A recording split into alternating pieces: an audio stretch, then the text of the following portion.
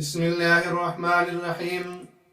سامعین و ناظرین مکرم، ویسے تو یہ دنیا انسانی کارناموں سے بھری پڑی ہے، لیکن سب سے بڑا انسانی کارنامہ کیا ہے، وہی آپ کی خدمت میں پیش کرنے لگا ہوں کہ امام غزالی رحمۃ اللہ علیہ کی محفل اور مجلس میں ایک دفعہ کچھ لوگ انسانی کارناموں کا بڑے جوش و جذبے کے ساتھ ذکر کر رہے تھے۔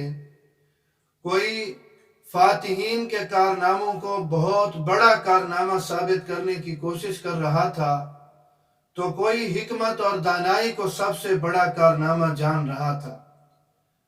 اسی طرح کوئی علم و فن کے ذریعے مہارت پیدا کرنے والے کارناموں کو بڑا کارنامہ سمجھ رہا تھا، جیسے کہ ہم سمجھتے ہیں کہ کسی ملک یا علاقے کو فتح کر لینا یہ بہت بڑا انسانی کارنامہ ہے۔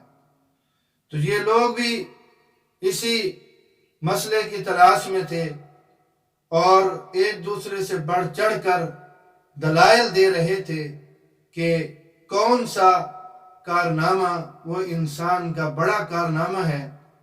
امام غزالی رحمۃ اللہ علیہ اسی محفل اور مجلس میں شریک خاموشی کے ساتھ ان کی باتوں کو سن رہے تھے، تو حاضرین میں سے کسی نے کہہ دیا کہ حضرت، آپ کی نظر میں انسانی کارنامہ سب سے بڑا کیا ہو سکتا ہے؟ آپ بھی اپنی رائے کا اظہار فرمائیں۔ تو امام غزالی رحمۃ اللہ علیہ نے جو جواب دیا وہ سننے کے لائق ہے۔ فرمانے لگے، تم لوگ زیر بحث مسئلے کی تلاش میں بہت دور نکل گئے، یعنی یہ انسانی کارناموں کا ذکر کرتے ہوئے تم بہت آگے تک چلے گئے اور بڑی دور دور کی تم باتیں کرنے لگے، حالانکہ انسان کا سب سے بڑا کارنامہ وہ جو سر انجام دے سکتا ہے وہ ہم سب کے سامنے ہے۔ اب سب نے حیران ہو کر پوچھا کہ ہم کن کارناموں کا ذکر کر رہے ہیں اور امام غزالی رحمۃ اللہ علیہ کی رائے کیا ہے۔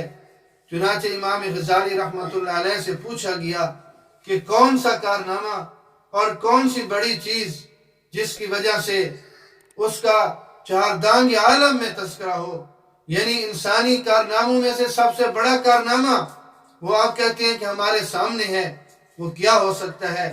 تو فرمانے لگے کہ انسان اپنے دل اور زبان پہ قابو رکھے، یہ انسان کا سب سے بڑا کارنامہ ہو سکتا ہے، اور یہ کارنامہ بہت کم لوگ انجام دے سکتے ہیں۔